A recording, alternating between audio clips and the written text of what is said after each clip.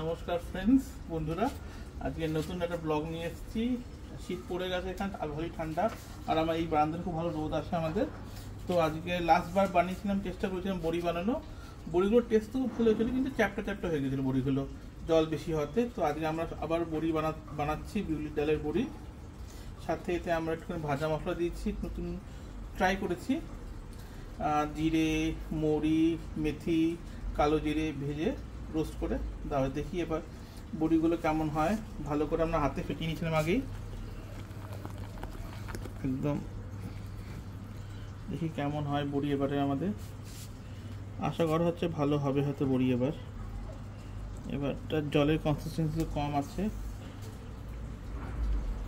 বড়ির শেপ ভালো হচ্ছে না, কেন আমরা তো অতটা এক্সপিরিয়েন্স নই বড়ি দেওয়াতে। একটু বড় বড় সাইজেই হচ্ছে। পরে আমরা এই বড়ির মাছের ঝোল খাবো। ঠিক আছে, বড়ি এখন দেওয়া হয়ে যায়। পরে বড়ির ফটো আর বড়ি কেমন হলো সেগুলো দেখাবো। ঠিক আছে ফ্রেন্ড, ওকে, বাই বাই।